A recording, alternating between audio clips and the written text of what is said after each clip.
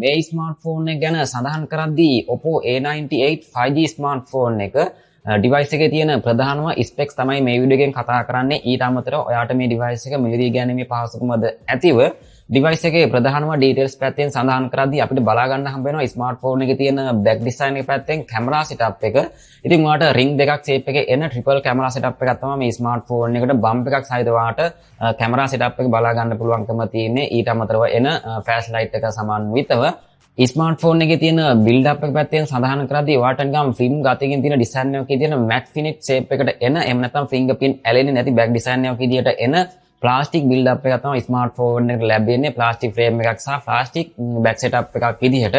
ඉතින් ඔයාලට තේරෙන විදිහට උපරිම කෙටියෙන් කතා කරනවා ඩිවයිස් එකේ තියෙන බර ග්‍රෑම් 192ක වගේ එන සමන්විත බරක් තමයි ස්මාර්ට්ෆෝන් එකට ලැබෙන්නේ. මේවත් එක්ක ෆ්‍රේම් තික්නස් අගය මිලිමීටර් 8.2ක වගේ එන ෆ්‍රේම් තික්නස් අගයකින්ද යුක්තව.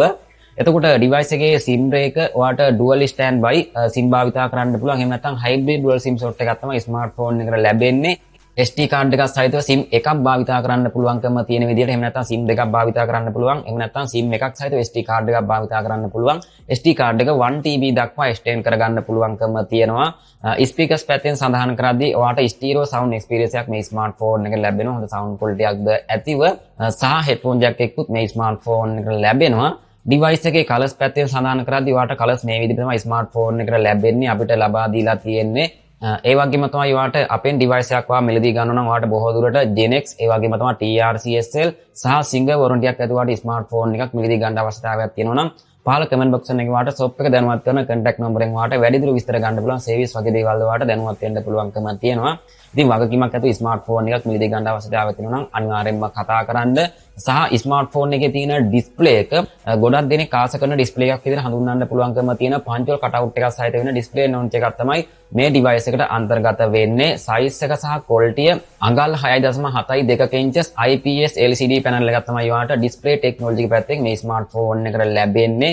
මේවත් එක්ක ටච් සාම්පල් රේට් එක ඔයාලට 240 Hz වලින් සපෝට් කරන ස්ක්‍රීන් ටච් සාම්පල් රේට් එකක් හම්බ වෙනවා.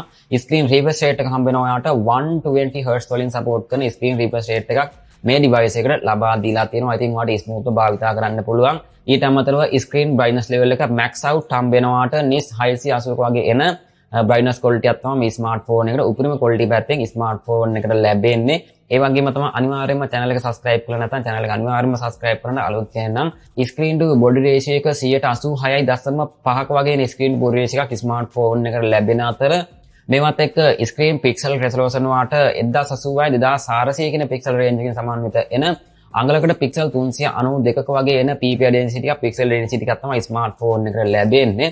ඩිස්ප්ලේ එකේ තියෙන quality details sharpness වගේ දේවල් පැත්තෙන් සඳහන් කරද්දී ඔයාලට හොඳ තත්ත්වයක quality එකක් ස්මාර්ට්ෆෝන් එකට ලැබෙනවා කියලා ඉතින් ඔයාලට average මාර්කට් සඳහන් කරගන්න පුළුවන්කම තියෙනවා. සාපේක්ෂව අපි chipset එකත් එක්ක ගලපද්දී ඉතින් ඔයාලට හොඳ තත්ත්වයක display technology එකක් ස්මාර්ට්ෆෝන් එකට ලැබෙනවා. නමුත් ඔයාලට අර super AMOLED තරම් dark එකක් බලාපොරොත්තු වෙන්න බෑ. මොකද IPS panel එකක් තමයි තියෙන්නේ. නමුත් ඔයාලට හොඳ තත්ත්වයක IPS panel එකක් තියෙනවා. ස්මාර්ට්ෆෝන් එකේ තියෙන colors වලින් ඔයාලට average මාර්කට් හොඳ තත්ත්වයක ඔයාලට colors මේ ස්මාර්ට්ෆෝන් එකට ලැබෙනවා. ඉතින් අපිට වැරදක් කියන්න බෑ. ස්මාර්ට්ෆෝන් එකේ තියෙන resolution, peak brightness level වගේ දේවල් එක්ක අපිට හොඳ තත්ත්වයක smooth වගේක් ගන්න පුළුවන්කම තියෙන විදිහට screen panel එකක් තමයි screen refresh rate එකක් තමයි ස්මාර්ට්ෆෝන් එකට ලැබෙන්නේ. colors පැත්තෙන් screen colors පැත්තෙන් ඔයාලට 60 මිලියන් වලින් තමයි මේ ස්මාර්ට්ෆෝන් එකට ලැබෙන්නේ. ඉතින් ඔයාලට හොඳ තත්ත්වයක colors accuracy එකක් සහිත ස්මාර්ට්ෆෝන් එක මිලදී ගන්න පුළුවන්. display එකේ තියෙන quality එකත් එක්ක අපිට ගලපද්දී සහ device එකේ RAM එක ROM එක කෙලින්ම 8GB RAM එකක් තමයි ස්මාර්ට්ෆෝන් එක ලැබෙන්නේ. ඊට අමතරව 256 වලින් ROM capacity එක ස්මාර්ට්ෆෝන් එකට ලැබෙනවා. ඔයාලට extend භාවිතා කරන්න පුළුවන්කම තියෙන විදිහට 8GB දක්වා virtual RAM එකක්ද මේ device එකට ඇතුළත්ව.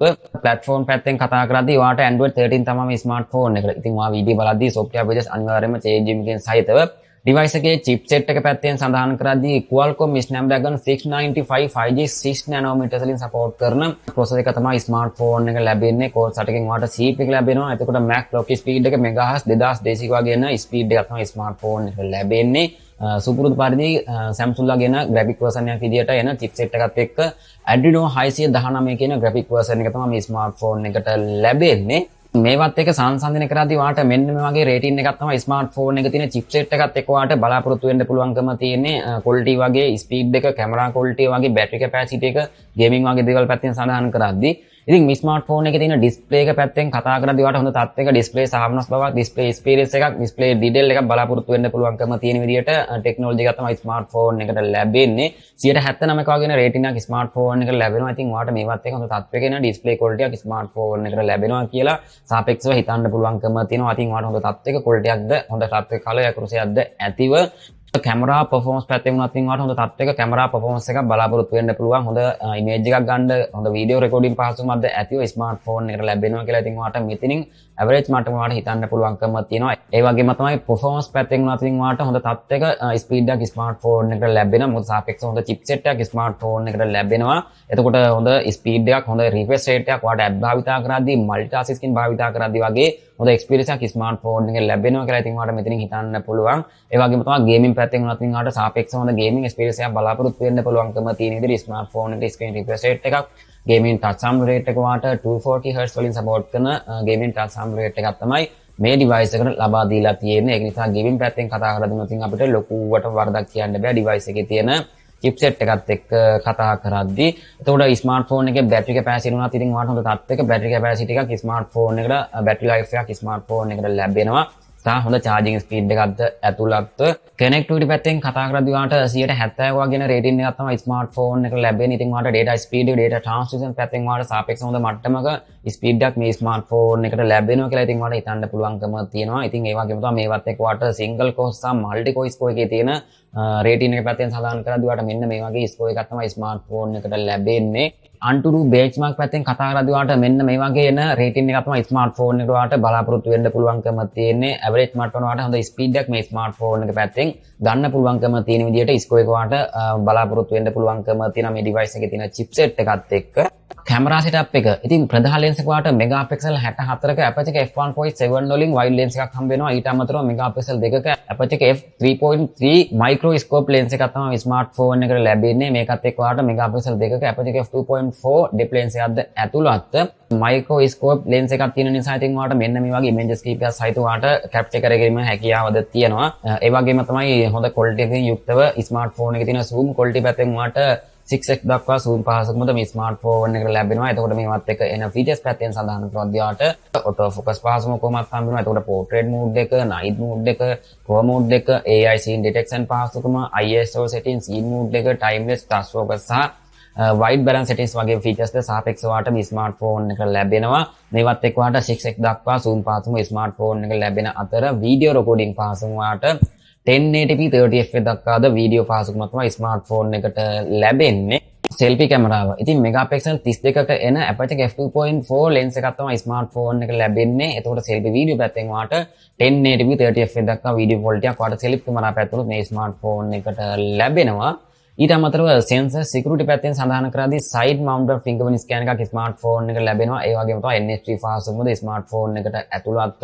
sensor පැත්තෙන් වාට සාපේක්ෂව ස්මාර්ට්ෆෝන් එකට ලැබෙනවා accelerometer එක, gyroscope, proximity සහ compass sensors වලින් මේ ස්මාර්ට්ෆෝන් එකට වාට ලබා දීලා තියෙනවා. සහ face ID පහසුකම, එතකොට pin pattern lock වගේ දේවල් ද ඇතුළත්. device එකේ තියෙන battery capacity එක වාට milliampere 5000 battery capacity එකක් හම්බ වෙනවා. හොඳ තාත්තක battery capacity එකක්ද ඇතුළත්. charging speed පැත්තෙන් වාට 67 watt fast charging තමයි මේ ස්මාර්ට්ෆෝන් එකට ලැබෙන්නේ. ආසන්න වශයෙන් වාට විනාඩි 45ක් ඇතුළත මේ ස්මාර්ට්ෆෝන් එක 100% full charge කර ගැනීමේ පහසුකමද ඇතිව. ඉතින් අනිවාර්යයෙන්ම channel එක subscribe කරන්න. වාට අවශ්‍ය ස්මාර්ට්ෆෝන් එක single warranty එක, TRC සහ Genex warranty එකක් ඇතුළු ස්මාර්ට්ෆෝන් එකක් මිලදී ගන්න අවශ්‍යතාවය තියෙනවා නම් අනිවාර්යයෙන්ම කතා කරන්න. device එකේ price වගේ දේවල් ඔයාලට දැනුවත් කරන්න විදියක් නැහැ. මොකද ඔයා වීඩියෝ බලද්දී අනිවාර්යයෙන්ම price එක change වෙනකින් සහිතව. ඉතින් පහළ comment box එකේ දාලා තියෙන WhatsApp නම්බරෙන් ඔයාලට වැඩිදුර විස්තර ගන්න පුළුවන්. shop එකේ details වගේ දේවල් ඔයාලට දැනුවත් වෙන්න පුළුවන්කම තියෙනවා. අනිවාර්යයෙන්ම channel එක subscribe කරන්න. මේ වගේම තවත් supreme phone review එකකින් අතින් පොඩ පුස්සන්නේ දී පිටයි පරිස්සමෙන්ම ඉන්න.